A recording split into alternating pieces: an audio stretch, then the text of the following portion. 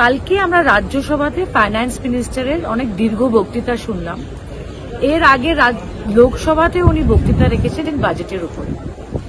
দেশের স্বরাষ্ট্রমন্ত্রী বাংলার কথা বলেছেন রাজ্যসভাতে, কিন্তু অত্যন্ত দুঃখের ব্যাপার যে দাবিটা আমাদের মাননীয় সাংসদ এবং national general secretary Abhishek Bandyopadhyay 140 দিন থেকে চাইছেন যে একটা হোয়াইট পেপারের মাধ্যমে বাংলার মানুষকে জানিয়ে দিন যে আপনারা কত টাকা দিয়েছেন। 100 ডেজ জব হোক, আবাস যোজনা হোক, 2021-এর পরে 1 পয়সাও ভারত সরকার বাংলার সরকারকে দেয়নি।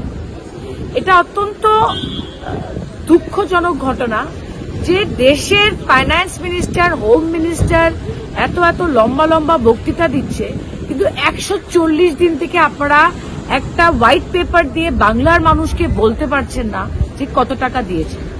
এটা আমরা প্রতিবাদ জানালাম এবং পার্লামেন্টে যদি সত্যি তথ্য রাখতে হয়, white paper is the way, যেটা আমাদের নেতা অভিষেক বন্দ্যোপাধ্যায় বারবার বলছে।